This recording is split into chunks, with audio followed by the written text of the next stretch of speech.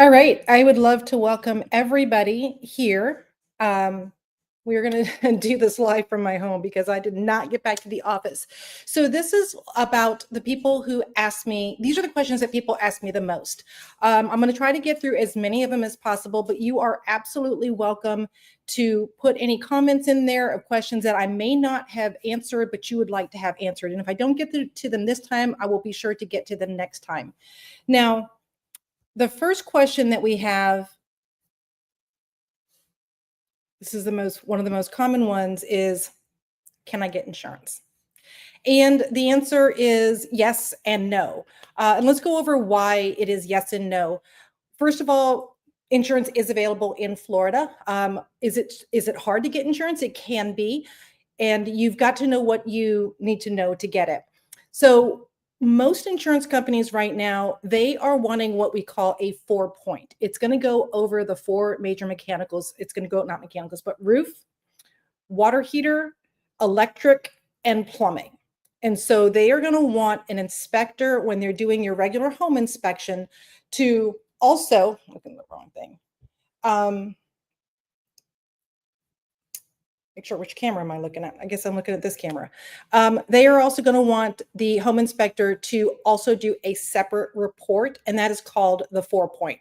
Now, the 4-point is an extra cost. It's not automatically included in your inspection report, so do plan to pay extra for that, and your home inspector should be asking you if you want your 4-point. If they don't, then you absolutely want to request that you get a 4-point. Now, with the 4-point, most insurance companies will not even quote you, will not even entertain it unless they have the 4-point. There are some companies that will go ahead and give you a quote, but it's all going to be subjective to what they end up finding on that 4-point. So the best thing you can do is once you get that report, have a copy of it, send it over to all the different insurance companies that you are looking to get insurance on, and they can give you a more accurate quote. Now, you may be thinking, can my insurance agent get me a quote? They shouldn't get you a quote because there are going to be things in there that you're going to have to answer, like your social security number. And they're also going to ask you what kind of coverages you want and what kind of deductible do you want. So you may not want an insurance agent that's like, yeah, let's go with a $5,000 deductible, and you were thinking you were going to get $1,000, or vice versa. So it's best that you call to get your insurance quote, because they're going to ask you questions like, do you need additional riders, or what other kind of insurance do you have that might get you a discount? And so when they're looking at the 4-point, what we call it is a clean 4-point. Your inspector may say, 3 of the items are good, but the roof looks like it's end of life, or the water heater isn't working. And so they will be able to find a company that will be able to get you insurance. But if you have a lot of problems on the 4-point, it's going to be harder to find an insurance company, and the ones that they do are going to probably require more. Well, not probably, they are going to require more money if you can find them. Now, some insurance companies, let's say you've got an issue with the roof. Some companies might say, we'll go ahead and give the insurance, but they are going to need to get the roof fixed or repaired or a completely new roof within 15 or 30 days of the closing. Some companies will not do that at all. So if you do find a company that will allow it, a lot of times what they're going to want to see is a paid invoice at the time of closing that the roof is going to be taken care of. And that could also be like an HVAC or plumbing or any kind of electrical. Now, when I bought my house, the plumbing was horrible. We were actually going to have to repipe and replumb our house, and it was extremely difficult for us to find insurance. We found it. It was extremely expensive, but we knew that within 30 days, we were going to have the plumbing redone, and we were going to be able to show the proof of that, and we were going to be able to reduce our premium and add the plumbing, the water coverage to it. So that was absolutely great. So you can get insurance. Now, if you're looking at a house that has a lot of older items, it may be very, very difficult for you to find, just because, again, the more problems, the harder it is to get. But you also want to make sure, are you comfortable with the premium? You may find it, but if you find out that it's, instead of $1,500 a month, that it's $5,000 a month, you might not want to purchase a home because the insurance cost is so high. So you do want to get insurance. And when you are looking for a house, you're going to want to look for a house that has updates. It may say updated roof or new roof in 2022. It may say new HVAC, new plumbing. If it's older, you're going to be looking to see if the electrical panel has been updated. And then you're also going to look for the kind of wiring that's in there. And same thing with plumbing. They'll be looking for the kind of pipes that are in there, and then they'll also be looking for gray pipe. And so you can find insurance. You just want to try to find a house that has more updates. You want to order the 4-point and make sure that the 4-point is good. If there's issues in the 4-point, you might be able to go ahead and negotiate those during your inspection period or take care of them right after closing so that you can get your insurance and you can get the premium lowered after closing. So are there any questions on that? Okay, I think we're doing good there. I don't see any. And let me check one more spot and make sure that we don't have anything there either.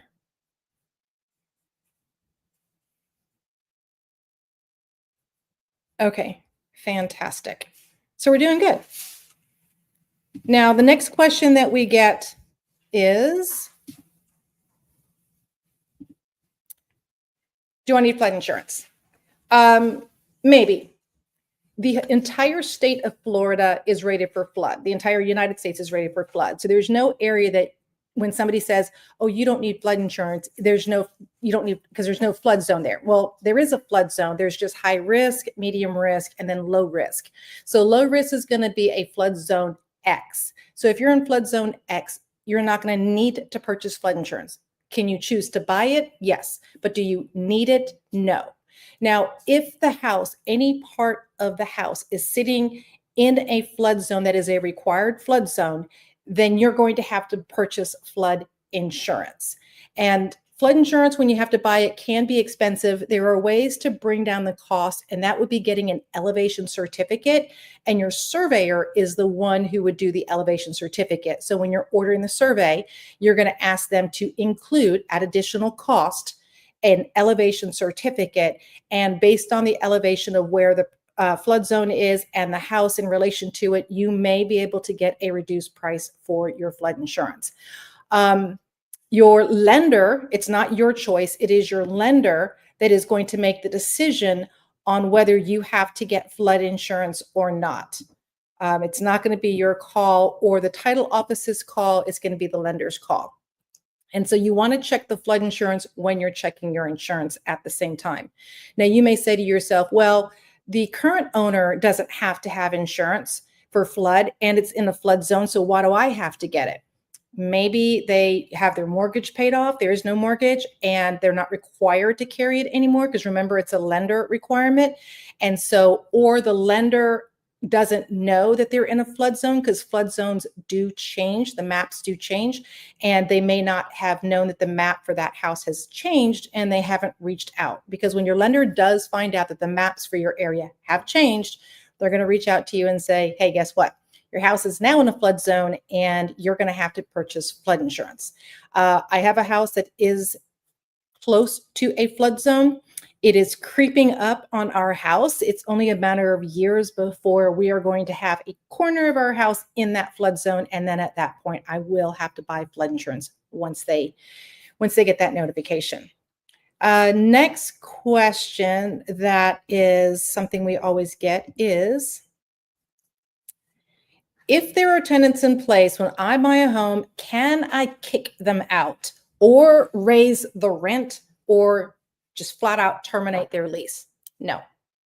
No, they have a binding contract, and you as a buyer are going to have to honor that contract. So you as a buyer, you're going to absolutely want a copy of the lease when you are making an offer. I always try to get the copy of the lease for my buyers before they make an offer so that they're not wasting your time.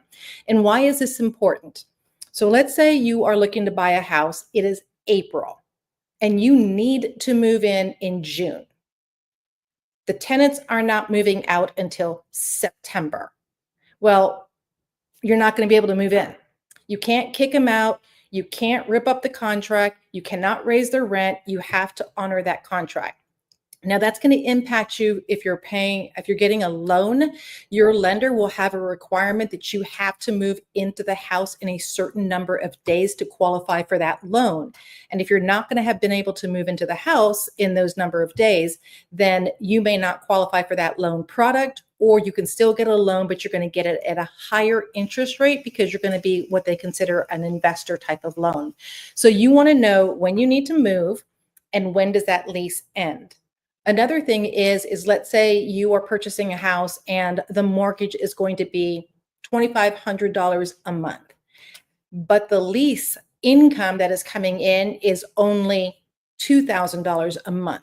So that means that you're going to have to bridge the difference until the tenant leaves. And some people who have deep pockets, I'm very happy for you. You can do that. Other ones, unfortunately, are not in a position that they can do that. And so you want to make sure you know how much the current lease is paying, along with when does it end. Another thing you want to know is there a security deposit, and how much is a security deposit? And that is because when the tenant leaves, they may have done damage to the property, and will their security deposit cover the damage? You also want to know if there's any documentation to what the property looked like when they moved in, because you'll be able to compare the pictures of when they moved in versus the pictures when they move out so that you can document the damage.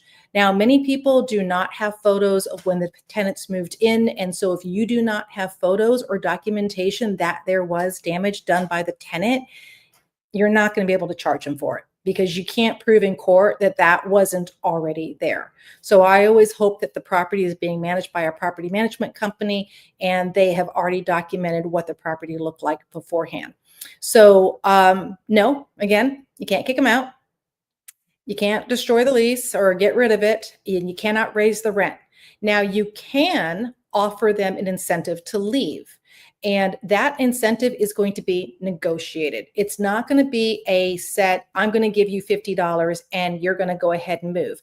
You are going to offer them something, and you may say, you know what, I won't charge you for your last month's rent, or I'll help you with moving costs. It's going to be completely negotiated. And so there's going to be a lot of negotiation going on there. And that's okay. That can be a way if you want the tenant to leave early. Now, if any of these are bringing you more questions, feel free to drop them in the comments or send me a message afterwards, and I'll be happy to get those to you. Now, the next one is, can you do a mail away closing?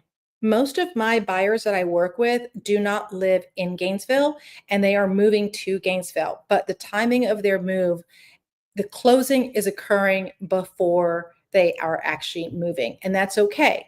Now, some of my buyers do live in Gainesville, but they are going to be on vacation, or they have something going on in their life where the closing needs to happen on a certain date, but they're not going to be in the town or even in the country. So what you're going to want to do is you're going to want to do a mail away closing. It's not difficult. It's not complicated. It is easily done. You just have to let the title office know that you do need a mail away closing. They do need notice in advance because there are a couple extra steps that they need to prepare. Some title offices will end up needing to mail a package to you ahead of time, and it will need to be notarized. Some places will have you go to a notary. Other places will bring a notary to you. It's best if there are multiple signers that you're in the same place and you don't have to go. The notary doesn't have to go to multiple places because there is an extra charge for having to do a mail away, because there's extra steps like mailing of things out. They're going to overnight it and track it, and they're going to have it come back also overnighted and tracked. So you can do a mail away. Some people do it also via Zoom or like on camera, and then they are notarizing your signing while they are looking at you right there. You still have to send the documents in. You're not going to get away without sending them, but they can go ahead and handle the closing online. But it's all going to depend on the title office on how they want to handle the mail away. And they will need some notice so that they can get those packages out to you in time.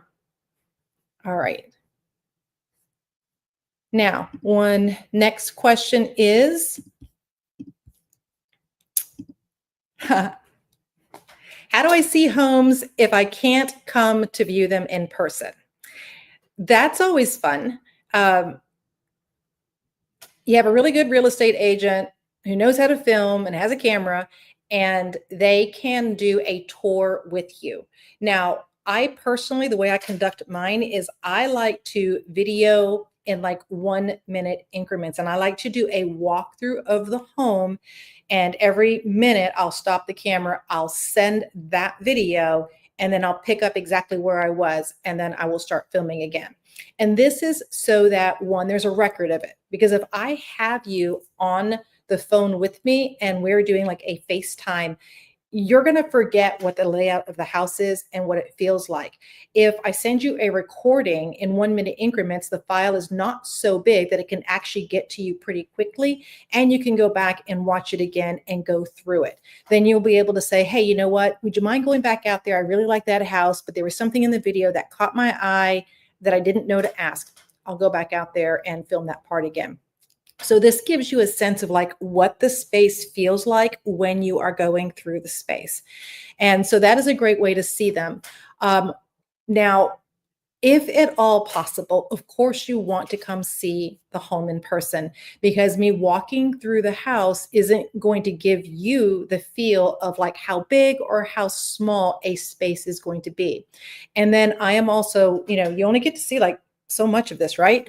And, I'm not like looking around like this because one, you're probably going to get motion sickness and that's not going to be good for anybody. So I may not pan to some place that you would have looked. The other thing that's hard to film is things like soft closed drawers. Some of the rooms are dark. You might want to see what the ceiling looks like. So there's usually something missed in a video. It's a good start. But if, like I said, if you can get here, that would be absolutely wonderful. But if you can't, videos, I think walkthroughs are great. Yes, the photos online, maybe you want some more photos, but photos, we can make photos look amazing and you don't get a real good sense of the space. So video walkthrough would be the best bet. And again, I prefer a video versus a live so you can go back and see it and then you can share it with other people. They may see something that you didn't catch. And then if you really need to have another video done, they should be able to go back out there for you and get another video without any kind of issue. Now, let's talk about that a little bit. Let's say you saw the house in person. I'm sorry, you saw the house through the video and you say, you know what, Tammy, write an offer. I'm going to be so happy for you. The seller may require that anybody submitting an offer physically see the house, because this is what's happened in the past. Buyers were putting offers on property and then having a 15-day inspection period. They would come in during the inspection period, tie up the house for 15 days, and then say, I don't like the feel. I don't like the layout. But they swore, I was totally fine with the video. So some sellers who have been burned now say, yes, you can do a video tour, but until you actually see it, I'm not accepting an offer. So not everybody is that way, but there are some people that are. Please don't be surprised if you have a seller that got burned by a buyer in the past and they may be more cautious now. All right. So now, what is our next question here? What if you need to sell your home first? How do you protect yourself? Okay, this one's a lot to unpack. If you need to sell your house first before you can buy a house, my suggestion to you would be to put it on the market. And if you can sell it first, please go ahead and sell it first. Yes, I know it's going to be inconvenient because you're going to have sold your home and you're thinking, I'm going to be homeless. You're going to have to rent, move in with a family friend. Is it going to be inconvenient? Yes. Is it possibly going to be a double move and have more cost? Yes. That is the best way to do it if you have a home that you need to sell, especially if you're pulling the proceeds out of that sale to purchase this one. Now, why is that the best way? If you see a house you love, this is the house that you have to buy. And you go to the seller, there's multiple offers on this house, and you go to the seller and you're one of 3 offers or 10 offers, and you're the only one in the package that says, I have a home to sell, and if I don't sell my home, I can't buy your home. And the seller may be needing to buy another home themselves, and they can't buy their house until this home sells. So sellers are not as likely to select a buyer's offer if that buyer has a home to sell. Now, they're absolutely usually not going to accept you if you have a home to sell and you don't even have it on the market. The next thing you're going to look at, let's say you have a home to sell and it's on the market, they're going to want to know how many days has it been on the market. And if it's been on the market like 300 days, they're probably not going to want to accept your offer because they know that there's either something wrong with the house or your price too high, and the likelihood that you're suddenly going to get an offer isn't going to be very good. Now, let's say you are lucky enough that your house is not only on the market, but congratulations, you have an offer on the house. And now you go to the seller and you're like, hey, I have an offer on my house. We're going to close in 20 days. A smart agent like me is going to guide their seller to say, fantastic, I need to see the offer on your home. I want to verify some things. I want to verify that the money that you're going to get is going to be enough to cover this house, or you have a loan to bridge the difference.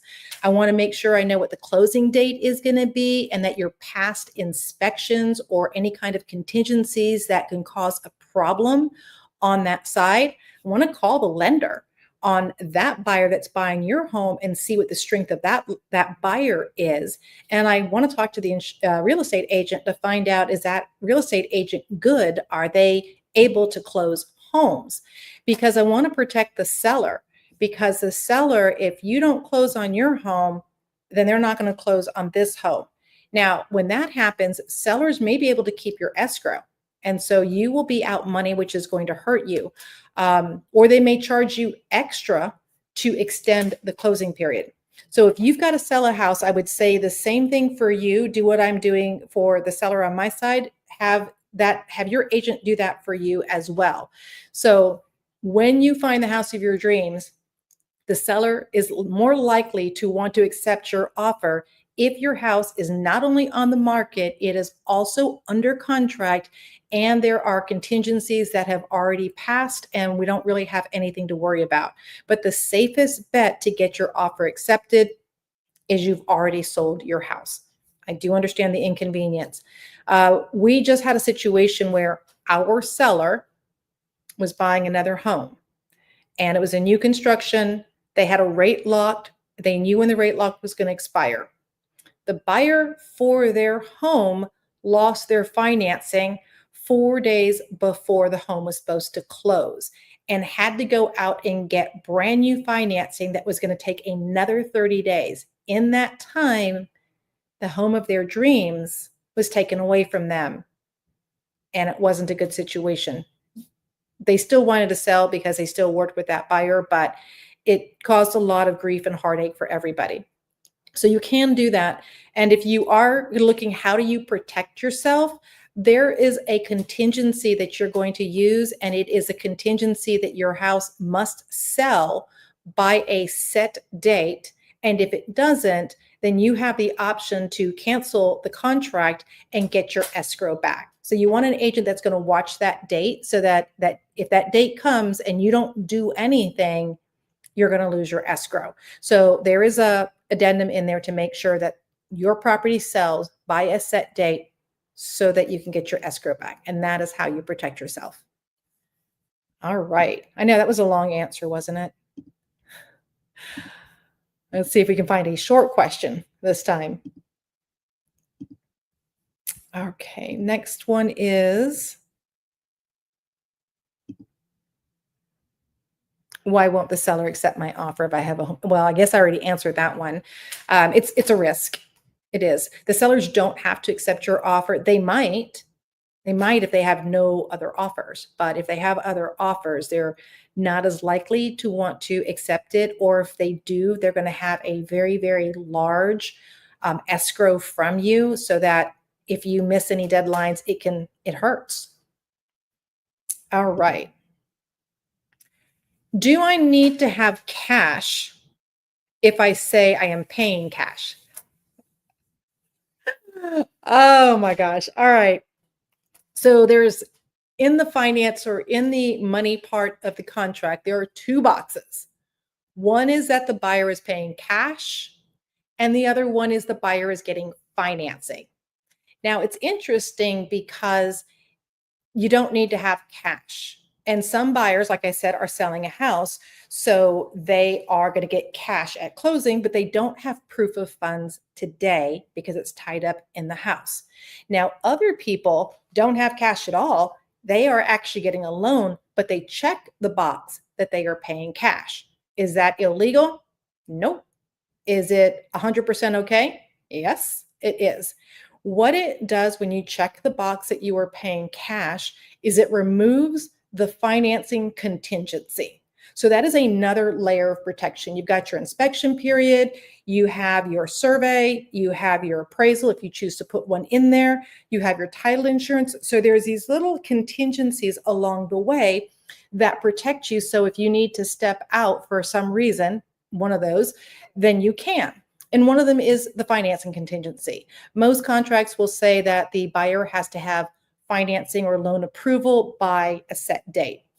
And if the buyer does not, and the lender says we will not, give them a loan by this date, then the buyer can back out and get their money back.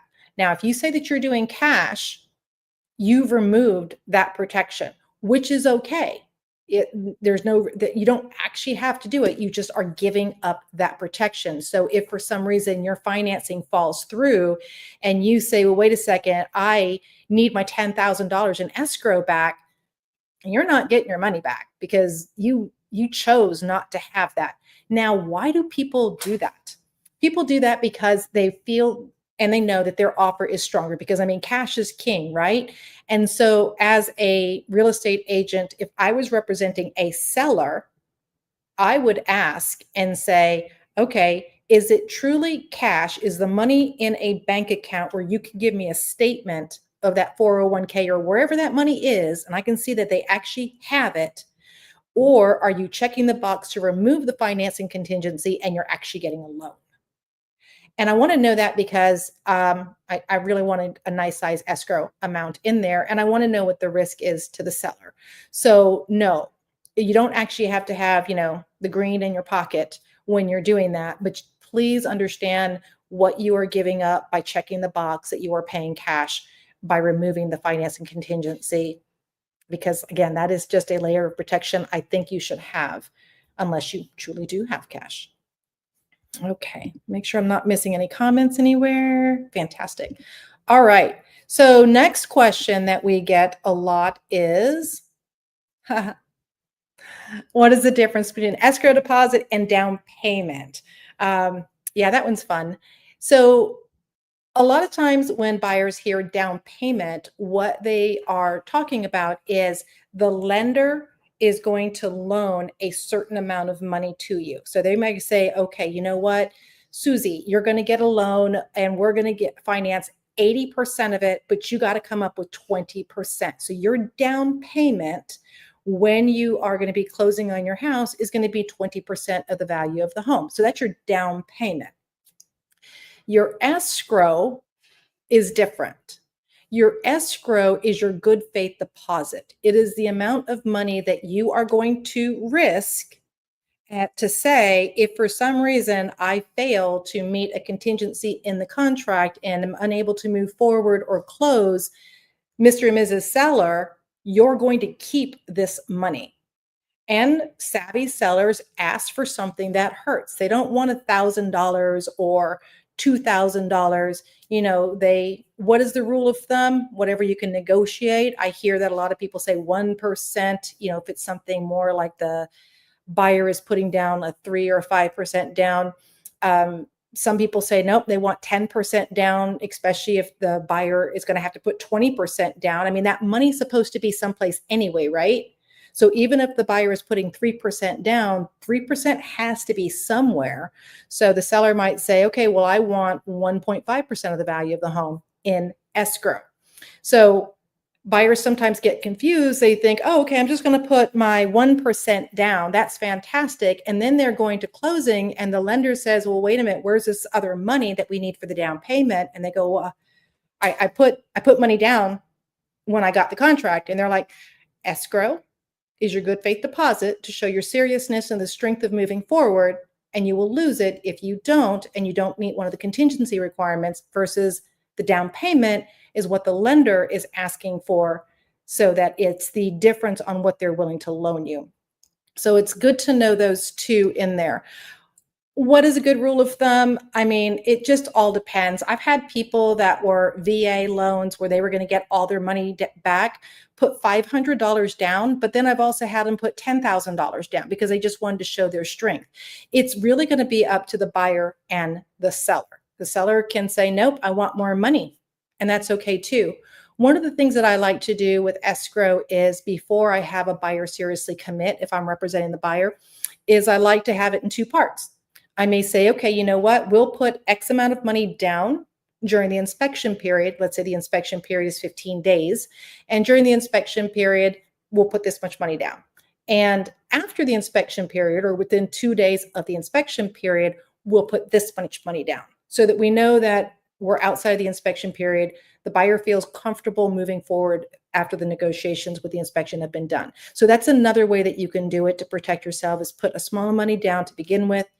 Within a certain number of days at the end of the inspection period, you can put a more sizable amount of money down. Okay, let me just check for 1 second. Bear with me. Make sure you don't have any comments that I'm missing. Perfect. Okay. How long does it take to close in Florida?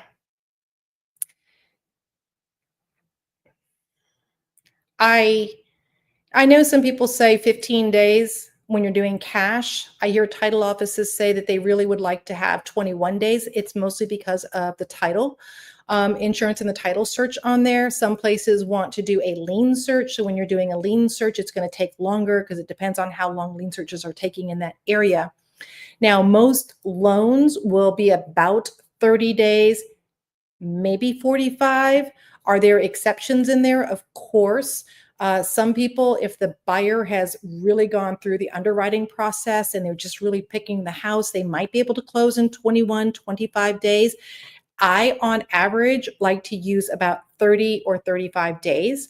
Now, what I always do is, with my buyers, I talk to their lender and I ask the lender and I say, hey, are they through the underwriting process? How much time are you going to need to close this? Because that needs to go into the offer. And I don't want to say it's going to be 30 days when the lender is like, no, we are 35 right now. We are running behind. But I also want to make sure that if we can strengthen our offer and say the closing is going to take place in 23 days and it looks better for the buyer, then I want to make sure that I'm putting the best offer forward with the approval of the buyer, of course, and making sure that the lender can meet those requirements. Because I don't want to put something out there that the lender is required to have to meet and cannot meet. So all parties need to work together and talk to make sure they're on the same page. But mostly I would say 30 to 35. Are there exceptions? Absolutely. But talk to your lender. And then if it's cash, then talk to the title office on how busy they think title search and or any lien searches are taking in their area. Okay. Now,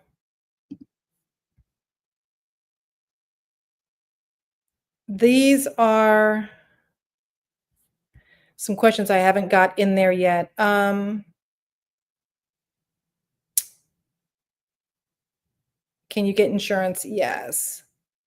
How do you check the flood zone? Okay, that's a good question. Let me put that in there. How do you check the flood zone?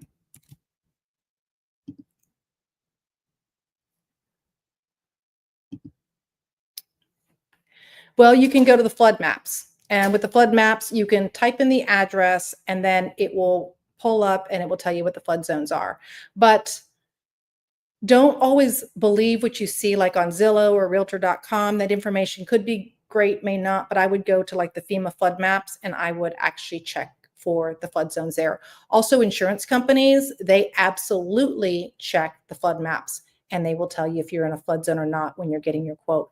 But that is what I would do if I was wanting to know what the flood zone is in there. Oh, that's a good one. Okay.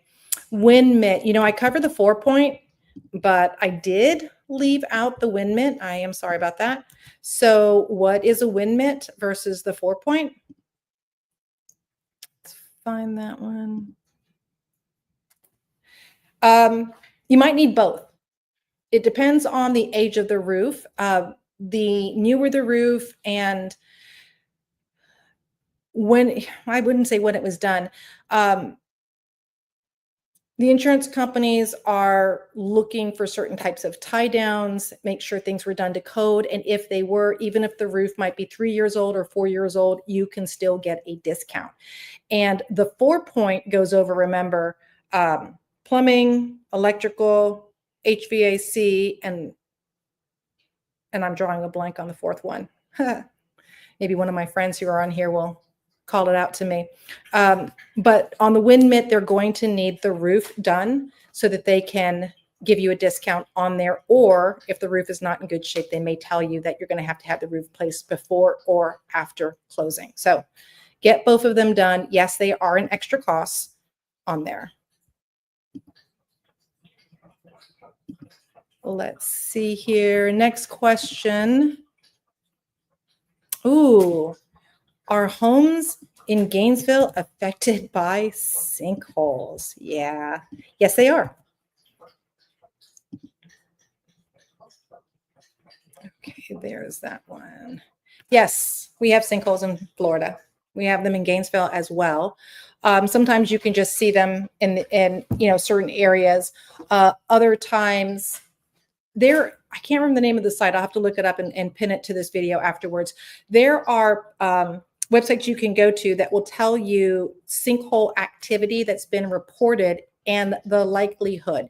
And it's kind of crazy because when you look at this website, there's sinkholes in a lot of places. And just because it says there's a likelihood, it doesn't mean that the sinkhole is going to pop up there versus the ones where they are actually reported. But I'll put that link below so you can look at that. If you have any kind of concern regarding that, you might want to get an inspection done of the land so that you can feel comfortable knowing if there's a probability for a sinkhole if you don't see a depression or something going on right there. I always say, oh, thank you, Sandra, roof, electric, plumbing, and HVAC. But to get the discount, you need the wind mitt on there, even though the 4-point is covering the roof. All right, next question is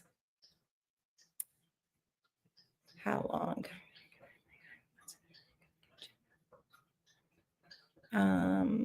How long do sellers usually give for inspections in Florida? Okay. Our contract for our, I use the FAR bar as is contract. And for that contract, it says in there, if nothing is checked, then it's going to be 15 days. What I do for my buyers, and I recommend your agent do this for you if you choose not to hire me, is you contact the home inspectors and find out how long inspections are taking. Because when it is busy, you might need 21 days. You might need 20 days. But you need to know, you don't want to put on there it's going to be 15 days or 10 days. And then every inspector that you call is like, I'm booked for a month. And so you want to know how busy the market is. Now, if the market's really, really not busy and you can get somebody out there in the next 5 days, I personally would shorten the inspection period if I was in a multiple offer situation to make my buyer's offer look better. Now, if I'm not in a multiple offer situation, I don't really need to make it shorter. I'll probably still try for 15, but if it's a multiple offer situation, I want my buyer to look strong. And I know that we can get the inspection done, and I know that my buyer can get the insurance quotes done, then I will shorten the inspection period. But, talk about that with your agent first. Don't let your agent just suddenly put something in there that, you got to cash that check and you don't know if you can cash it or not. Let's see here. Do you need to use a local Florida lender to buy in Gainesville? No, you do not. Do I wish you do? Yes, I do wish you do. but you are not required to. You as a buyer can pick any lender that you want to pick. You're not required to use any specific lenders. You may see in the public remarks or builder new construction where they want you to at least apply with a specific lender, but it doesn't mean you have to use them. And some sellers have been burned by having a lender that didn't have a good reputation and all of a sudden just goes missing right before closing. Remember that deal I was telling you about that the lender just was gone. She couldn't get her financing. The lender dropped the ball, couldn't get a hold of the lender. And I always joke, and I guess it's really not a joke because I said it, that I want to be able to find them. If I can't get them on the phone, I want to be able to go to their door and I want to be able to knock on their work door and be like, hey, I need some answers. And if you've got somebody who's in an entirely different state, I can't go find them. Local lenders also know that we have to look at them all the time in places that they go. And so they don't want that reputation in the local community. But do you have to use a local lender? No. No, you can absolutely use anybody who's authorized to do a loan in the state of Florida. But again, I would ask that you please consider using a local lender. Ooh, what is a proof of funds letter and do I need one? Okay. Yes. Okay, this is me talking. Yes, yes, yes, you need a proof of funds letter. I say that I don't work with a buyer unless they've got a proof of funds letter and or pre-approval letter. Proof of funds, usually we refer to that when there's cash. Again, remember I said cash isn't always cash. So if somebody checks the box that it's cash, I'm going to ask for proof of funds. No, I don't want a screenshot of your phone or a picture of you taking something on the computer.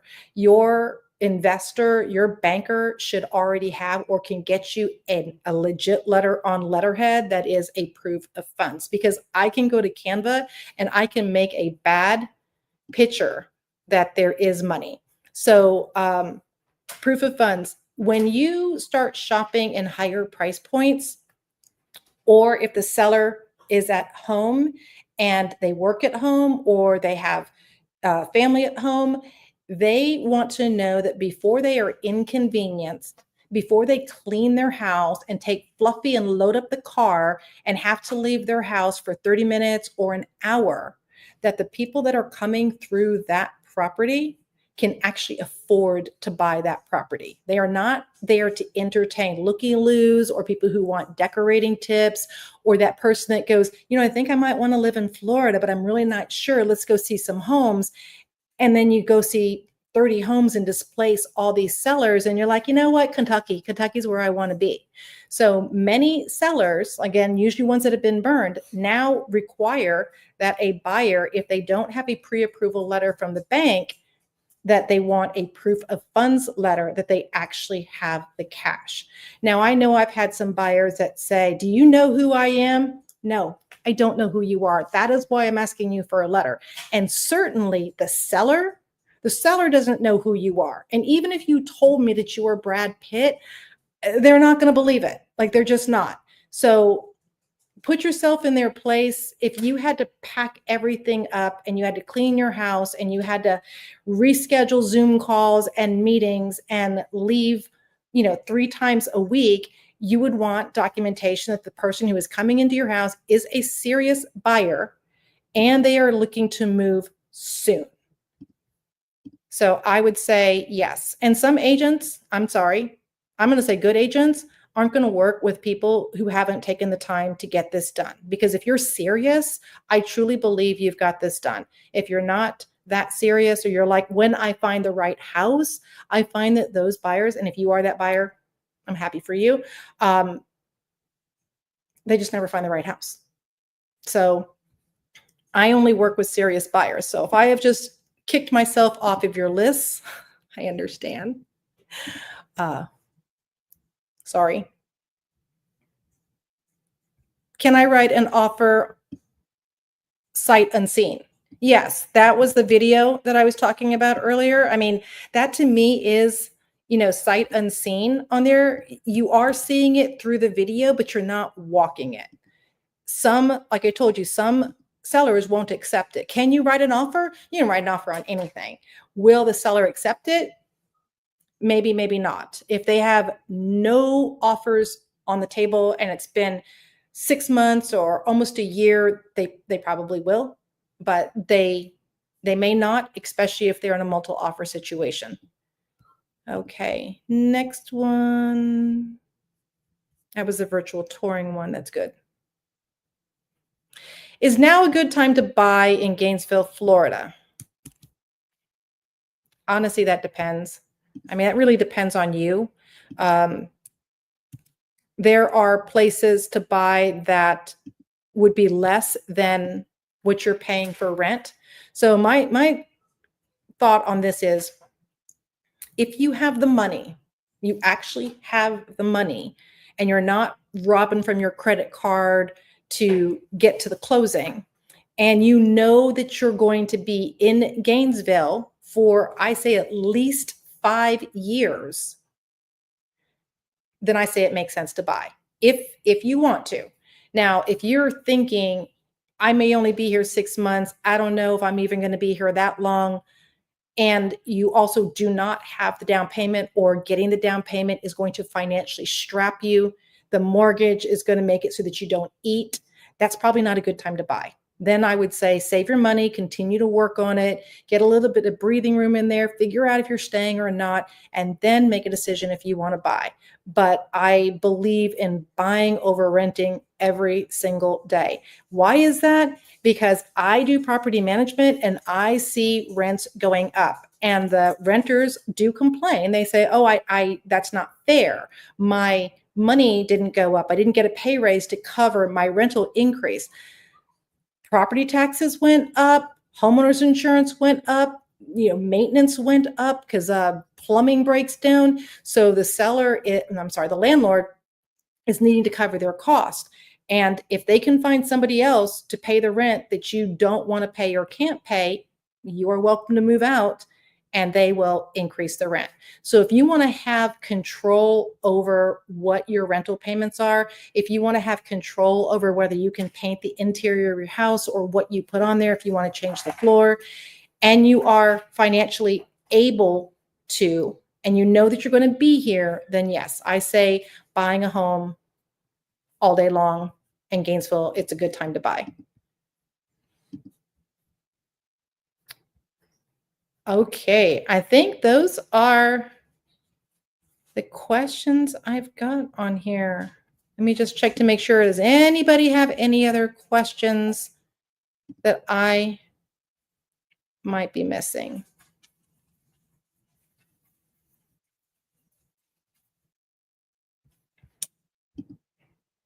Okay, so shameless plug here. If you're moving to Gainesville, I do hope that we get to connect. Not saying use me, because I don't know if we're right for each other. And I've learned a long time ago to not just take anybody and everybody because they're saying, hey, I want to use you. I say, let's do this. Let's have a conversation. Let's have a conversation, and let's talk and see what you want. And then from there, we can decide if we're a good fit, because you got to like me. I got to like you. And if so, then we may be a good fit going forward. If we're not, then I probably have somebody who is a good fit for you. And let me get rid of this on here. All right, guys, I'm sorry. I don't know how to get rid of the banners. Let me do that.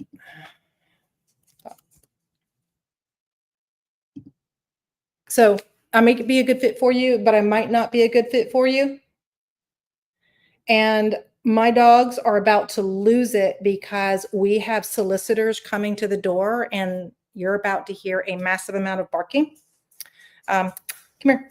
So let's have a conversation. That would be absolutely great. Sorry. They got to protect me. I hope if you guys got dogs, hey, you want to see Mars? This is Mars. Mars, come here. You say hi. This is Mars. Here's Loki. Since you guys stuck around this long, come here. Okay, there's the Loki. These are the ones that are protecting me, and then the other two have gone off to protect me. If you've got questions that I didn't answer, go ahead and send me a text or an email, and I will make sure that they are part of the next set of questions. If you have ideas for a video on content, I'm more than happy to hear that too. I hope you guys have a great night. Thanks for sticking out with me and hanging out. I really enjoyed it, and I'll talk to you guys next time.